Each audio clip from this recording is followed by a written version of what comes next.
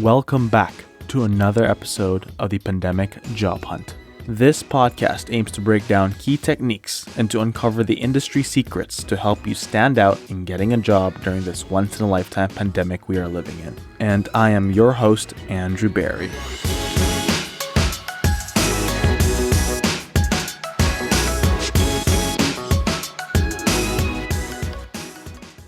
I actually found my next guest, Alif, when I was casually scrolling through my LinkedIn feed. I saw one of his posts, it had a lot of likes, it discussed how to make a better LinkedIn bio. I was really intrigued, so I opened his post, saw he had great, actionable tips. I clicked on his profile, and it turns out he had a lot to say about job hunting and working on your personal brand. Alif is a digital marketer by heart. However, he had a number of side gigs helping folks on their job hunt, from resume writing to LinkedIn optimization to coaching. He also had a stint in HR, so he really knows his stuff. I reached out to Alif, we found a time and recorded a fantastic conversation that I'm excited to present to you all today. We discussed everything from his story to job hunting, using LinkedIn, content creating, and practical advice. Stay tuned. Hey Alif, how are you? Hey, I'm doing well. How are you? I am doing great. Thank you for coming on the show. I really appreciate your time. Let's start with a little bit about who you are. What have you been up to lately? Yeah, for sure. To tell you guys a quick blurb about my story and who I am. Basically, I went to York University and I studied psychology because I didn't know what the heck I wanted to do with my life. So I was like, okay, let's do psychology. And then I studied 4 years into it. And then in second semester, fourth year, I realized, holy crap, I don't want to do psychology anymore. I don't know what I want to do. So I'm panicking and everything. And then for some reason, I thought I wanted to get into HR because it was just corporate and everything. So I decided to do a year certificate in HR. And then through the certificate, I was too busy with, hanging out with friends and getting involved in student clubs and everything. So I actually ended up failing that certificate. But because during that time, I worked at one of the best business schools in Ontario at Schulich School of Business, specifically in the Career Development Center. Because I worked there, I learned a lot of job hunting strategies and networking strategies and all these next level business students use to get big jobs at the Deloittes and KPMGs of the world. So I learned a lot of those strategies. And basically, while I was doing the certificate, I decided to execute on these networking strategies, which we'll probably get into. But using those networking strategies, I was able to get my first job in HR, even though I technically failed that certificate. And it was then I realized, as long as I know my way around things, can have a conversation with someone, and have a decent set of skill sets, I can get a job. And then I realized 1 year later into that job, I actually didn't want to do HR anymore either. So at that point, I'm just like freaking out. What do I want to do with my life? Oh my gosh. And so I decided marketing is where I wanted to go because I had a side hustle and I love the marketing aspect of the side hustle. So I decided to take a big jump, very scary jump. I just quit my job and I'm like, you know what? I will just get a job in digital marketing somehow and I'll figure it out.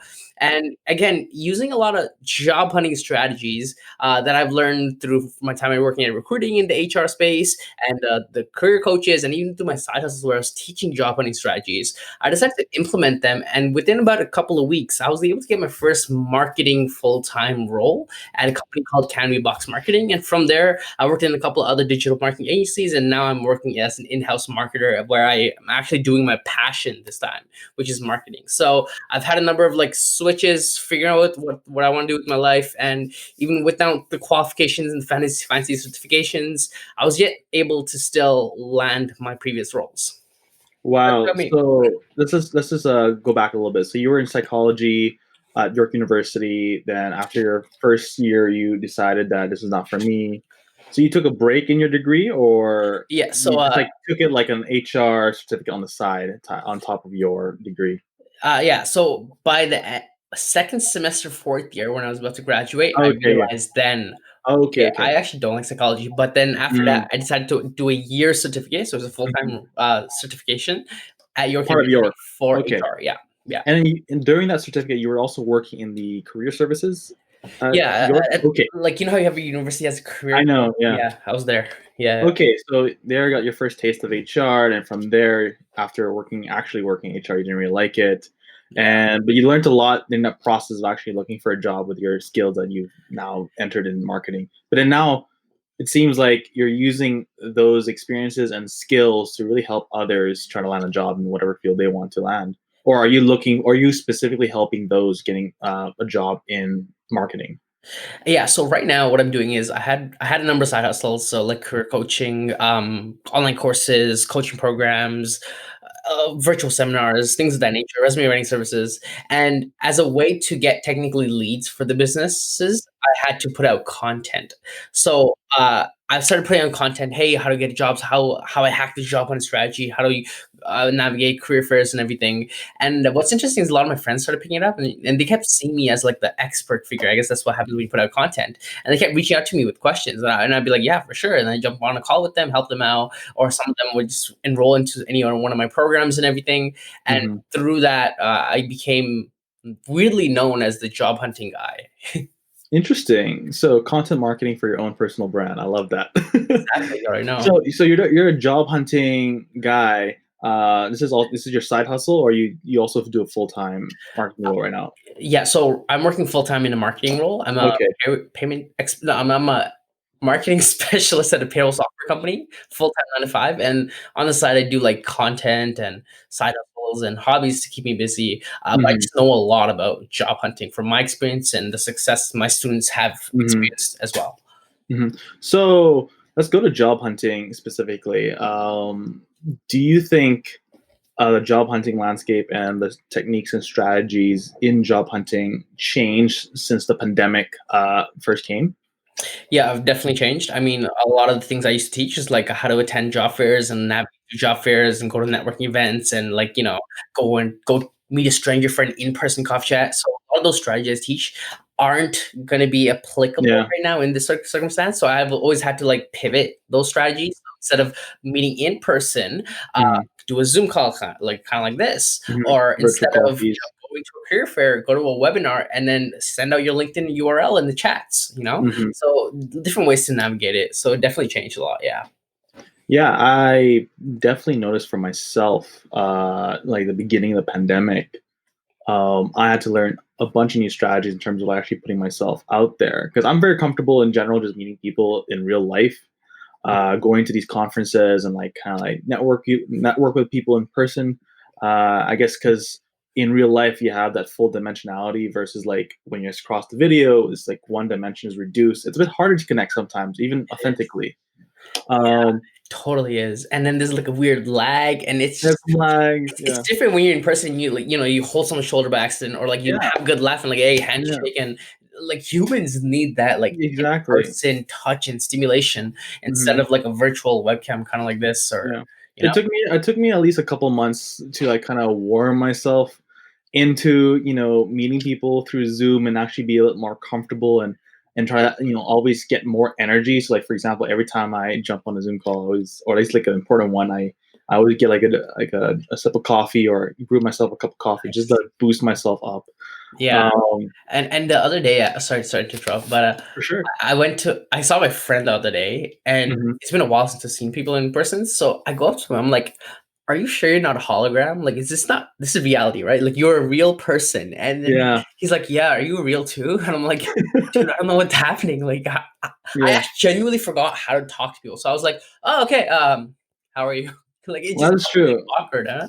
Yeah, it's these days, like I do keep a small bubble of friends that I hang out with. But I remember like just like peak quarantine to when like Ontario went to like stage two and then stage three. Um, it was a process just like getting myself out there interacting with other people. Even now, like when I go out, I'm like a little bit like weary, like as a stranger, I shouldn't be too close with them and stuff like that.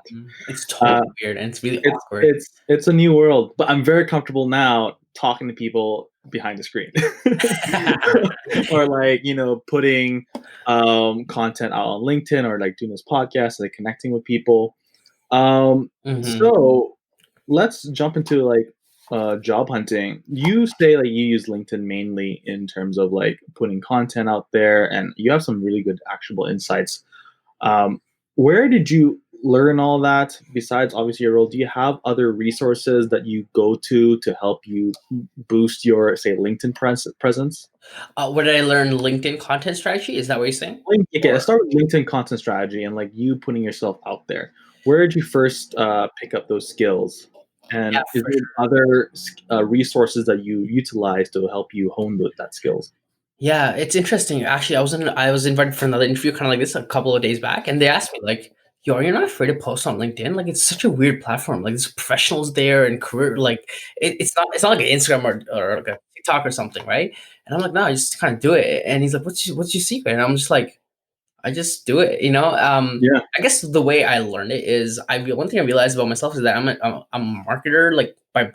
Like it's what I think all the time, and part of that is content. Like, okay, what can I post today? What can I do this today? How do I write this heading on his LinkedIn post so it captures attention and then leads into a call to action? And it just always kind of goes through my mind. And so, I remember making my first post when I was about like 21 or something on Mhm. LinkedIn. There's a lot of imposter syndrome. Like, who am I For to sure. post career advice as a 21-year-old? And I actually Mhm. remember the first person I asked for advice on starting a career coaching Mhm. business. The first thing they told me it was, "Hey, man, you're actually kind of young. Who would listen to you?" And I was like, Mm. "Oh, like that actually hit me." And I Yeah. started getting like, hopeless, and it would make me Mhm. sad for a bit. Then I started getting resentful, and I'm like, "Screw that guy." So I started to go a little harder on LinkedIn. I started posting, seeing what works and everything, and I started really understanding the algorithm. I even took a LinkedIn thought leadership course from a LinkedIn influencer, and I learned more about the algorithm and everything. And I just kept posting and posting, posting, and because of my consistency, I've been able to grow an audience on LinkedIn. But yeah, it's just kind of fun for me. I find the LinkedIn algorithm is quite powerful in general because like not only like your post goes to your network, but when your network likes it, that post goes quite quickly into their own little network versus like Instagram or say Twitter or Facebook. LinkedIn is quite powerful in that way. I think another Yeah, platform that's very powerful is like TikTok, but I don't really use TikTok for like professional reasons. You yeah, know, I don't use it either. do But, you, do, but do yeah, you like do Oh, I was gonna say, do you use Twitter? That's the other platform I personally use to like really get information, get knowledge, and try to connect with like the thinkfluencers in whatever field I'm interested in. Yeah, yeah. To speak about LinkedIn algorithm and then Yeah, talk about Twitter, but yeah. So LinkedIn algorithm is wild because the organic reach is wild. It's like the yeah. first stages of Facebook, first year of Facebook or something. I remember I made a post this week, and I'm like, guys, in literally a week, I got more than 60K views on my posts, and I wouldn't be able to do this on Instagram or Facebook or any or YouTube or that matter, right? So in terms of organic reach, LinkedIn is sort of where it's at. But yeah, Twitter. My friends tell me if you want to be smart, you go on Twitter. Follow smart people on Twitter and watch Mhm, their tweets and read their tweets, and you'll be smart. For me, I use Twitter barely, generally for work. I have to post on Twitter and things of that mhm, nature, understand hashtags and whatnot. But it's yeah. not my predominant platform that I generally use. Okay, okay. Fair enough. That's a good analysis of it. Like I agree. Like Twitter is a good place to like kind of consume knowledge from like smart people, and LinkedIn is a good place to like kind of post your content because, like you said, the organic reach is quite strong Mhm. on LinkedIn. So, what would you say is some good advice for someone who is a job seeker right now in this pandemic? They're looking into an X field. What could they do to their LinkedIn to, like I say, optimize their presence or optimize, I guess, their expertise in whatever field? For example, this idea of like perceived expert. Like I'm into the data science field.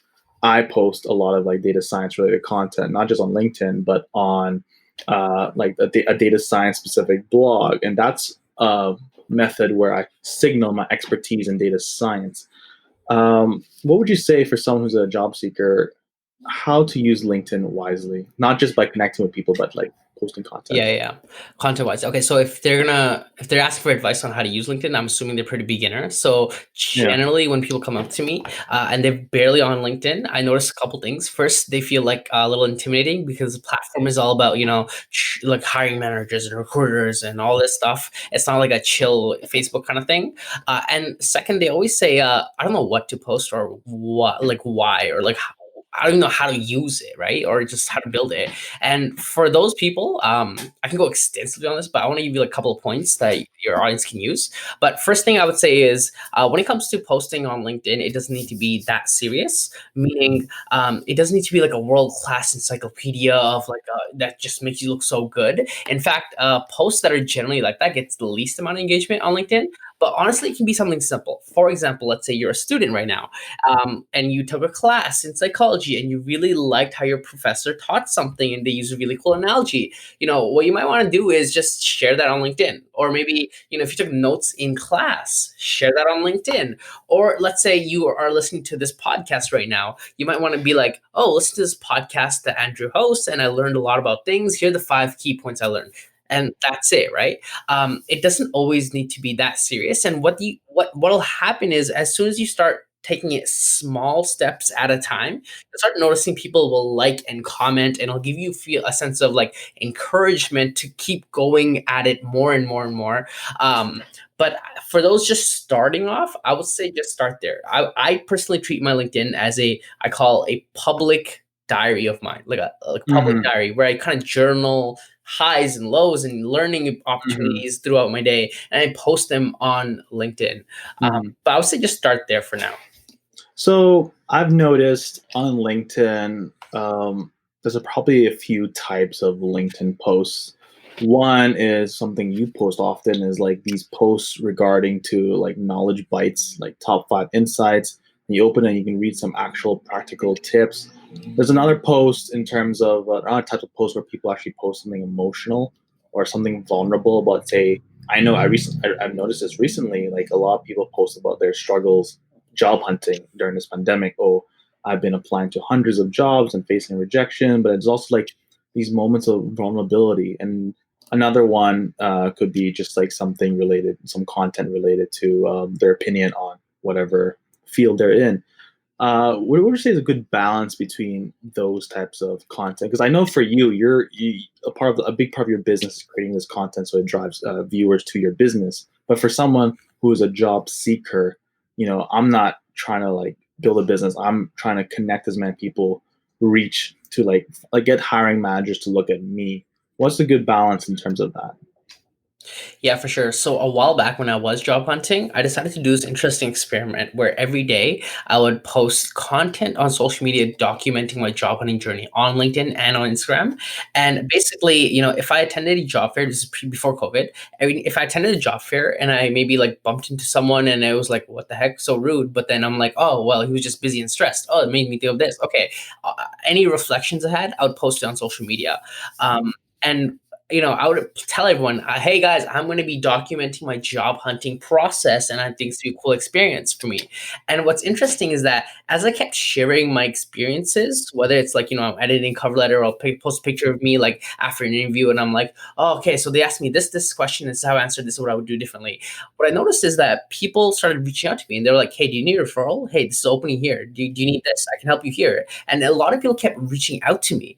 And I realized the reason why they reach out to you is first, obviously, I'm going very public with my job hunting, but also I'm helping myself. I feel like people help others who help themselves, and they can see my momentum going, and it feels like they're part of the journey. And because of that, they're reaching out to me, being like, "Hey, I can get line your referral here. I can do you here. I can do this here for you." So for job seekers out there, if you're posting content, again, you don't need to always be an expert figure. Yes, the LinkedIn algorithm loves like rich to rags kind of stories Hmm. or like big transformations. Those Hmm. generally get the most posts, but Hmm. don't try to work the algorithm. Instead, just share your journey. Just share. So what I like you, but what I liked about what you just said is you were one very vulnerable on showcasing your process of looking for a job, and number two, I guess the fact that you were doing that also showed a lot of authenticity of like who you are, Mhm. because you weren't just posting the most polished version of yourself. You were posting, obviously, you're posting your work, your ethic, and like how you went through the process. And I think in LinkedIn, and I've noticed this more and more, people are becoming a lot more vulnerable. They're not just posting the most polished aspect of themselves. And maybe it's the fact that like, the pandemic has brought everyone to the platform, and people are like having more interactions with the platform. more and more, I guess, more and more different types of interactions with the platform are being seen. And I guess this is something I want to highlight in terms of authenticity. I find that authenticity sometimes can be very hard to bring across a digital platform versus in person when you're interacting with them. What tips do you have for people who want to showcase their authenticity a bit more, and how can they go about for that? Yeah, for sure. It can be hard to be authentic on social media. Mhm, I remember when I made the first post that, "Hey guys, I'm going to document my job on the internet." mhm. Like my ego was like, "Oh, don't do it," and like, "Oh, it's bad." And I was like, "What are my parents going to think? Like everyone's going to know I'm a jobless loser." And Yeah, I was like, "Oh, shut up!" Like, and I literally forced myself to post it, and I think I screamed in my pillow or something after that. But first of all, I think being authentic on social media can be really hard.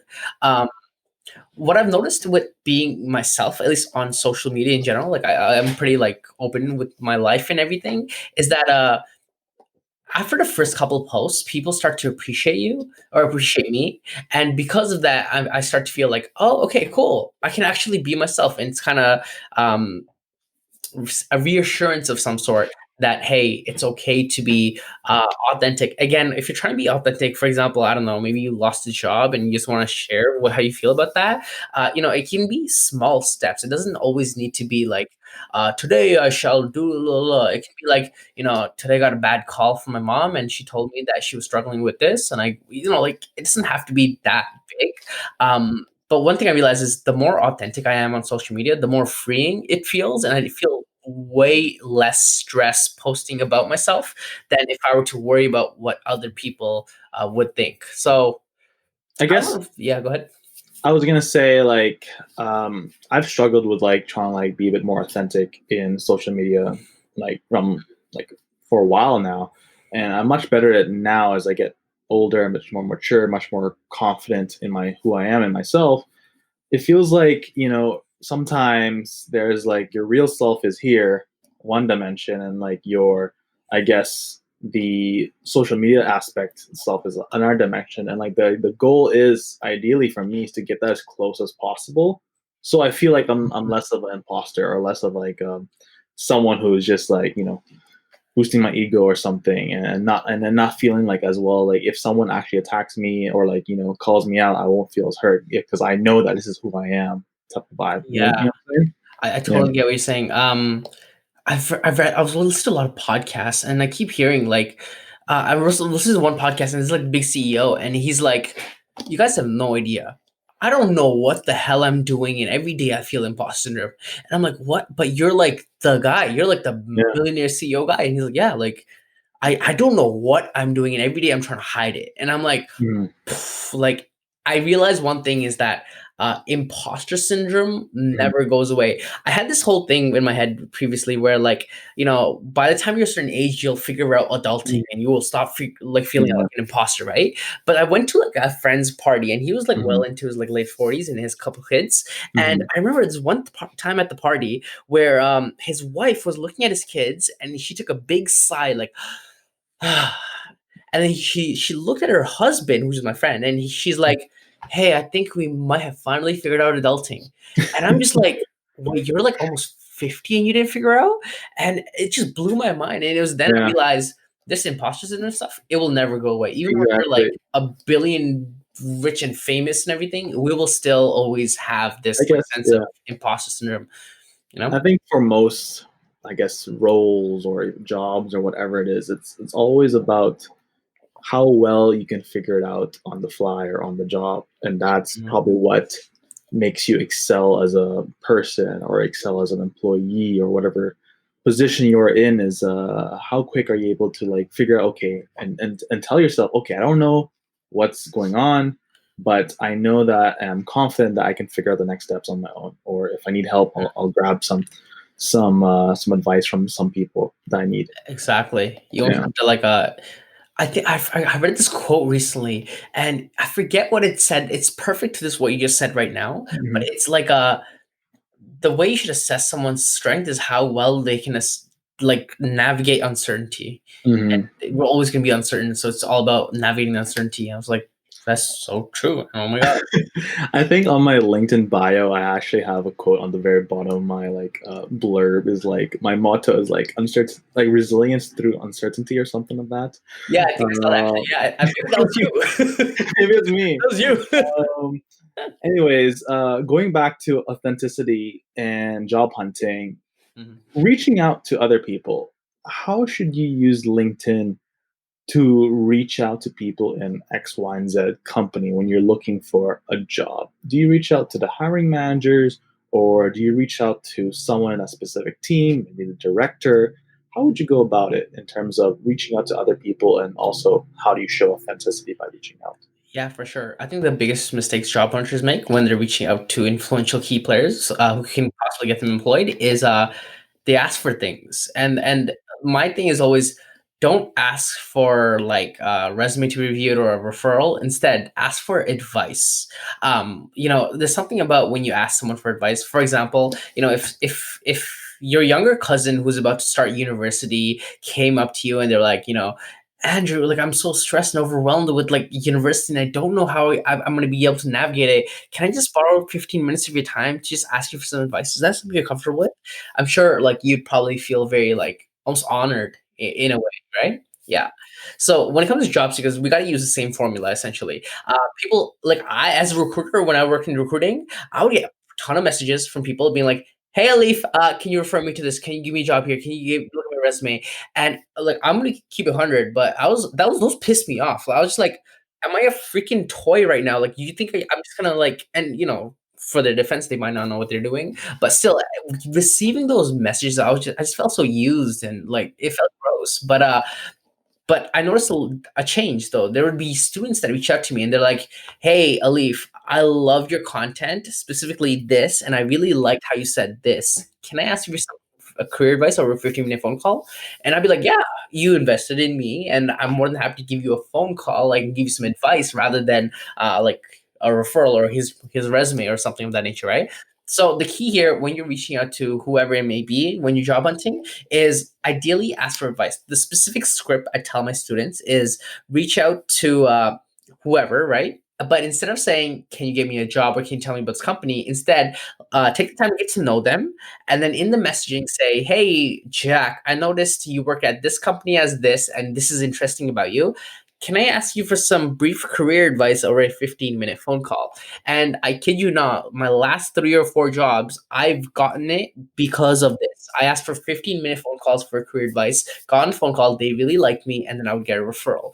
That's essentially the strategy that I Mhm. teach a lot of my students. But in Yeah. terms, So, I was just gonna say, first of all, like you were in HR recruiting, and HR professionals they get bombarded by messages like all day, all night, 7 days a week. On top of that, they also get an overload in their systems of like resumes pouring in, and in order for a candidate to stand out, you have to give that personalized touch. And there's also what you just said about asking for advice. It just reminds me of like another guest I had on the show where he recommended that identify that one person in whatever XYZ company you're looking for and kind of ask for their story. Be like, hey, I see you're in this position. I admire you and like I want to be you in like 5 to 10 years. Do you mind getting a virtual coffee so I could like hear your story? And generally, I find people love telling their story or talking about themselves, and it's a good strategy to like kind of press on that lever to gain exactly. more connections. I guess it also once you have that foot in the door where you can actually have a virtual coffee, have a chat with them, you can actually get to know them a little bit more. So whenever you do apply in that specific company, you can go back to this guy or person and be like, "Hey, could you refer to me for this role?" Exactly. Yeah. Literally, you've nailed it in the head. People love talking about themselves. Have you ever read, maybe you have read it, but How to Win Friends and Influence People? Have you read that book or listened to Uh, it? I've read the book probably like 5 years ago. Mm. When I was like in maybe 6 years ago, like in second year university over the summer or something like that. I was like, I learned a lot in that book, but I don't remember many of the lessons. But I definitely should read it again. But I definitely know that there's a lot of principles in that book Yeah, about but how to yeah, like communicate well, essentially. Exactly. One of the rules was a great conversationalist is someone who only speaks 20% of the time and Yeah, asks questions 80% of the time. And I'm like, oh my God, that's so true. I love yeah. when people are genuinely curious about me and keep asking me questions. I love talking my head off. And, you know, Hmm. that's the principle we got to use as job hunters. And that's how we kind of convert phone calls to referrals is by Hmm. giving them a great experience, whether it's on a virtual coffee, like you said, or a phone call or whatever it Hmm. is. Hmm. That is true. Like if people love talking about themselves, and that's a good rule. 20, 80%, 20% you, and then the rest is asking questions about other people. And I Exactly. guess yeah, you do notice it yourself too when someone's asking you questions. You can talk a lot about like anything you want, especially if it's open ended or not just Exactly. job searching. Even like on a date, you can like you go on a date, you can ask the other person It's a questions and dating questions, podcast and now. you most Go likely hopefully they'll like you back. But yeah, I had like a one time I had like a hiring manager told me that Andrew, uh, job hunting is like dating at the end of the day. It's like you get to know them, they get to know you. If you guys like each other and it works out, you get the job. If you don't, you just go on to the next one. I can't tell you the amount of times I've heard that analogy. Like as soon as you said jobbing is like dating, I'm like, okay, yeah. Yeah, Everyone at the career coach place would be like, jobbing is like dating, dating, dating, and I'm like, okay. yeah. Put your best foot forward. Dress well and stuff like that. Finesse your But way yeah, into going back to like reaching out. You mentioned like obviously reaching out and asking for their story. Do you have any specific advice in terms of reaching out to recruiters? Because you were in this position as an HR recruiter, and you were a trained professional in that role versus someone who is working in another role in the company. What is your strategy in terms of actually reaching out to the HR recruiter and trying to get them to notice you, since that's their job? And I find like obviously the strategy for reaching out to HR recruiter could be a little bit different than the strategy of reaching out to someone in whatever department you want to get into. Yeah, for sure. So let me distinguish like what they actually do, and then between hiring managers, recruiters, HR people, and people of the team. And then I'll tell you who's the best person to reach out to. So first, to start off, let's talk about the HR person. Are they a good person to reach out to? Generally, the HR person is gonna be in charge of the documents, the offer letters, and the onboarding process. They themselves won't know too much about the role because they're not in the actual department themselves. So they might not be the best person to reach out to. Now, recruiters are a little interesting. Basically, how recruiters work is that the hiring manager goes to the recruiter, whether it's an agency or an in-house recruiter. Don't worry about that. But the recruiter will listen to the hiring manager and be like, okay, what do you want in a hire? They will say everything. And the recruiter's job is to literally find that person. So would you reach out? Should you reach out to recruiters? The thing with recruiters is they're going through like a ton of resumes every day, and they'll only, this sounds bad, but they'll only care about you if you are qualified for the role, because they're only looking for qualified people so that they can like, fill the role as soon as possible. So if you are highly qualified for the role, then you might want to reach out to the recruiter. But if you're not highly qualified for the role and you feel iffy, they're actually not the best person to reach out to. So that's for a HR person and recruiter. Now the hiring manager is a little interesting because they know what it's like to work in the department. They manage the team. They work in that culture.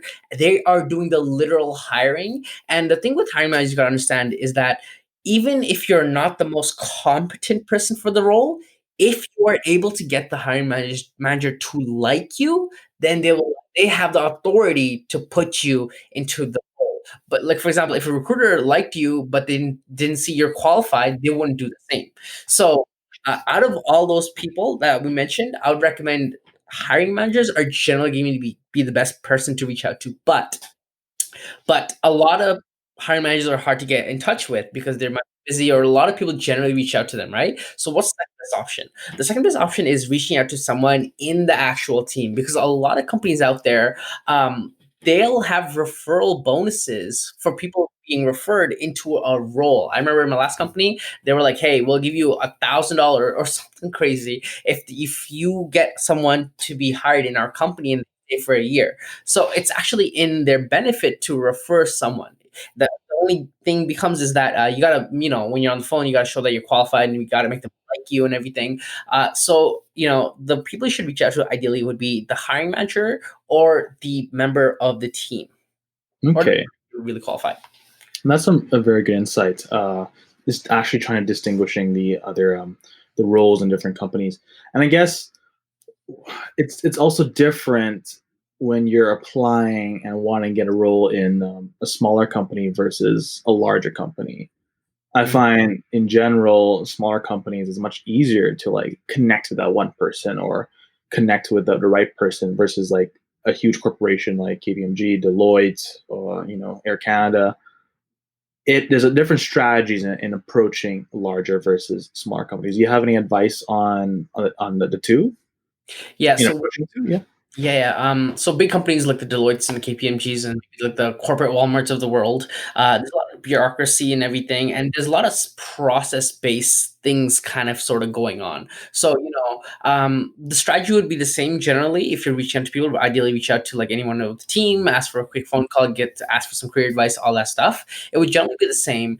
But what's interesting I've noticed is with smaller companies, they're more malleable. For example, the role that I'm in right now doesn't technically have a clear job description. They just need someone to come in and fix some problems and just do marketing and just do marketing. And with that, you have some strategies that you can implement. For example, let's say I'm trying to get my current marketing role right now. What I might want to do as a job seeker to really stand out is, maybe I want to sign up to their email list and see what kind of emails they send out. And then what I might want to do is message the hiring manager after I've gotten on a phone call with them and be like, hey, by the way, here's a email template I created just for you. I think it'll actually help your email marketing out so much better. Feel free to use it and take it for yourself. Or maybe look at the social media and I diagnose exactly what they can do better. Oh, by the way, here's a free like a report I sort of made on my own. Don't worry, I'm not charging you for this. Just take it for free. I think it'll help you and your company out. And from that, the hiring manager will be like, whoa, like you know this stuff, like oh my god, we have all these problems and you literally can solve it, and then they'll consider you more for a role. Whereas like if you're doing that for KPMG, it might be Yeah.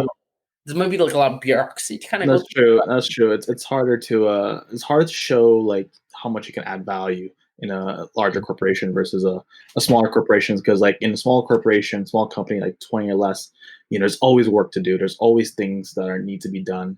Like if people only followed, I would say, their job descriptions, there's like 50% of the work that still needs to do. You always have to go above and beyond your job description in order to stand out and contribute value to whatever company you're in. So let's quickly touch into a job seeker who is a little bit older, someone who has 10, maybe 20 years of experience. They're out of a job right now during the pandemic.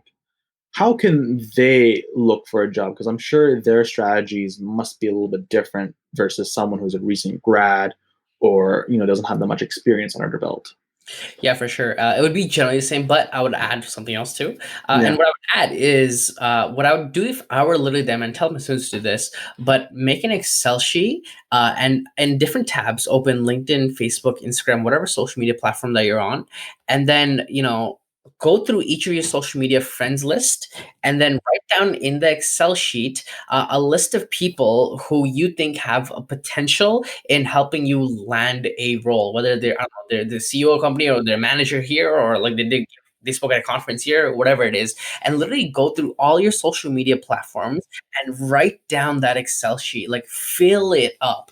And what you want to do afterwards is send them just a quick message being like, hey Andrew, we listened to your podcast recently, you do some great stuff. By the way, I'm just look in the hunt for a product manager role. I just want to know if you happen to know anyone who possibly hiring.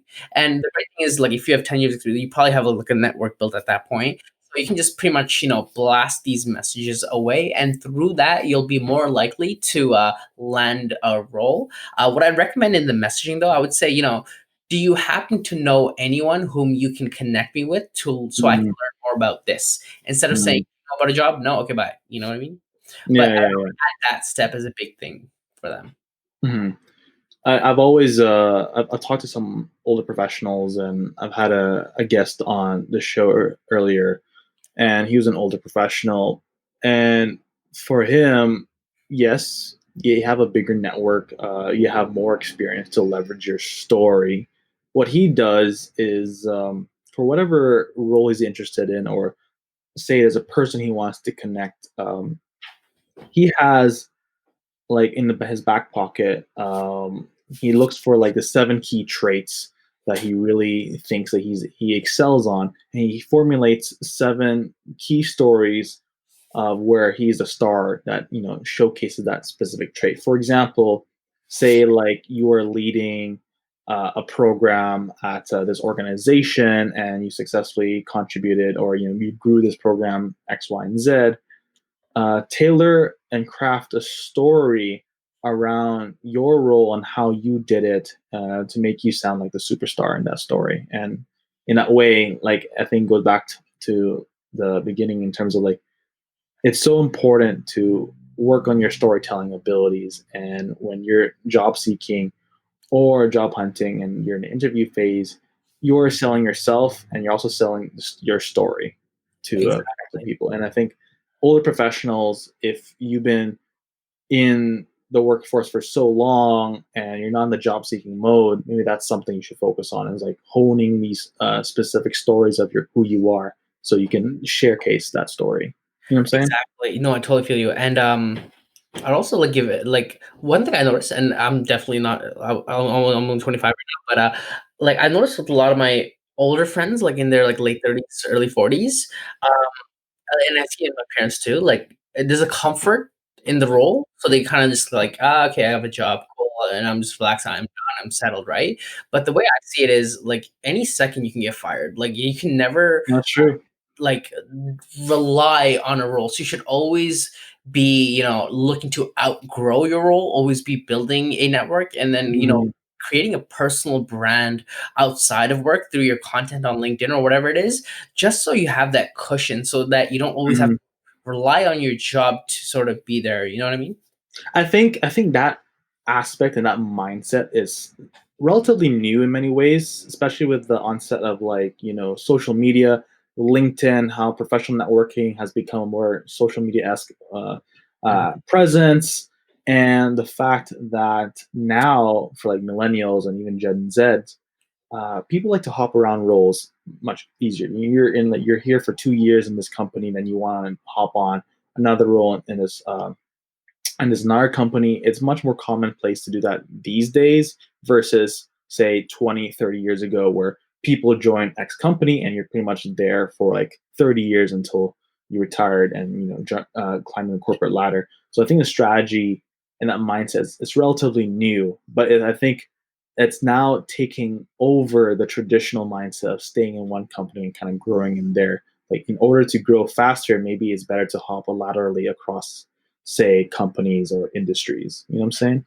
Yeah, 100%. And like I've been fired a number of times out of nowhere, just out of the blue, just Yeah, get fired and everything. And going through that experience, I this sounds a little bitter, but I started realizing, companies don't care about you. Like they're not yeah, gonna reach out to you after they fire you and be like, "Are you okay?" Like it yeah, doesn't mean yeah. have to fire you, let go, and then we'll move on, right? We And live I in a. realized, yeah, I go. was gonna say we live in a capitalistic society, and Canada is very capitalistic.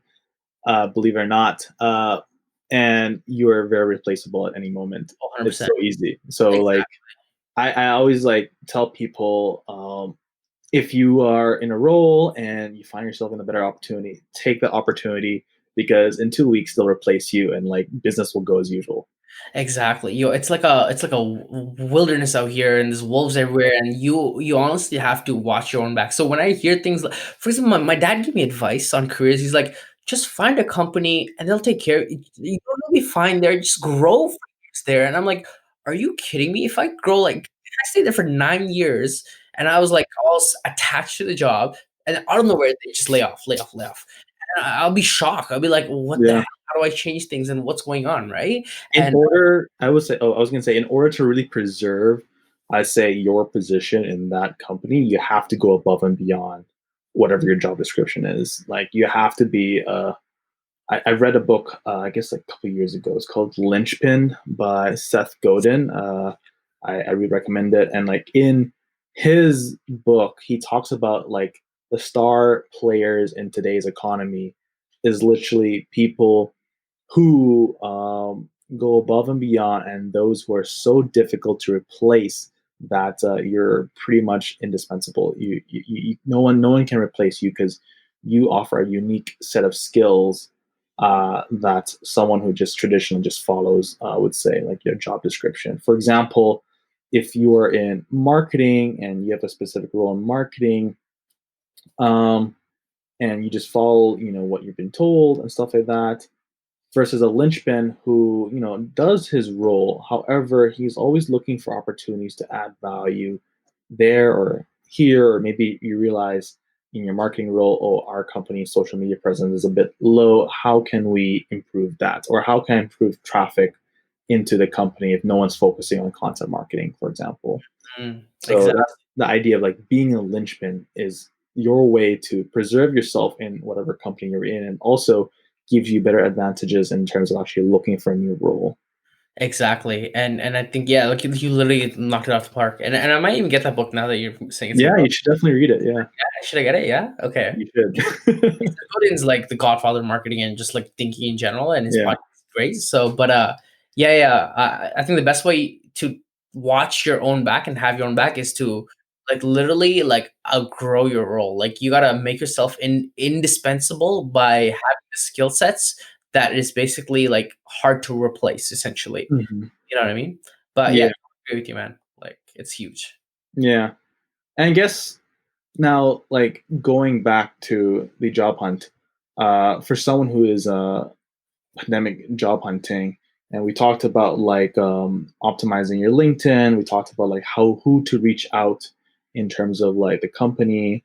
Um, One advice that I've heard on this podcast and from people I talk to is this idea of really high effort, really targeted job applications versus like shoot across the board resume applications.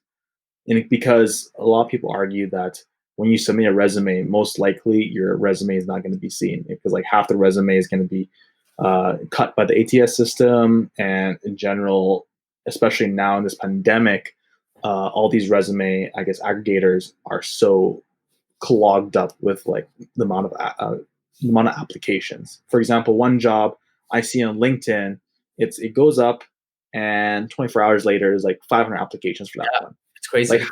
how is the recruiter going to go through every single one? You're probably going to have like 5 seconds of eye time. So you have 100%. to think outside the box, high quality, but really focused on job applications by going the other route. You know what I'm saying?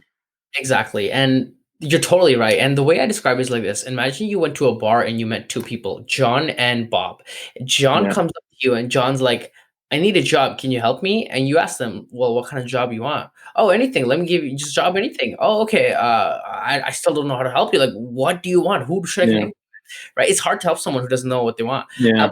Bob or whatever, Bob in this case, he's like, well, actually, I really want to work in a software company who's specifically focused in the environmental space, and I want to be a developer.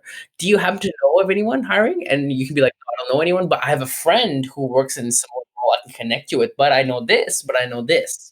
And because they're so specific, it's easier to help them during a network event or like an introduction or whatever it is. You know what I mean? So it's absolutely huge. I remember I had a friend reach out to me and they're like, yo, you have connections, man? And so why are you talking like this? It's so weird. And I'm like, yeah, sure. I guess I have connections. What do you want? Yeah, I just want a job, man. I just want a job. And I'm like, okay, well, like, what do you want? And we literally went back and forth for 30 minutes. I'm trying to figure out what he wanted. He's like, no, just give me a job. And I'm like, okay, dude, like Walmart's hiring for like a cashier. Like, I see it right there. You want this? They're like, no, no, what are you kidding? Yeah. They freaking tell me. Like, Yeah. but yeah, being specific is better than just spraying and praying. Being exactly, and another advice I also heard on the podcast as well is if you're looking into a specific role, say you're a data scientist or a data analyst, in my case, um, there's tons of other data analysts and data scientists also looking for a job right now. You got to think about how can you stand out amongst your peers when applying for that specific job. For example, I think as much this is very easy and true for roles that require a portfolio like UX design, web dev, even true for data scientists. Um, but for example, if you're a data analyst, and you're applying for like X role and X company, and maybe you don't have that much experience under your belt, one way to showcase your experience while you're job hunting is you are still actively working on the skills. For example, you go to a restaurant and ask for their data, and you can like give back like some sort of let's say dashboard to showcase the various like items or like various menu items that are more purchased together, or give some actual insights by really volunteering your skills in your community, not just applying and throwing your application out there. Like, what have you been doing actively in your spare time during your job hunt that showcases that you are still refining your skills? Do you think Exactly. that is very essential now in the pandemic more so than ever? And like, do you advise that to your students? Exactly. I would even take a step further. So instead of just binge, like everyone, I feel like knows, like you should always be learning, so you're up. But I feel like people take that as like I'll take a Udemy course and then I'll just forget about it, or I'll Yeah. take a course on YouTube and forget about it.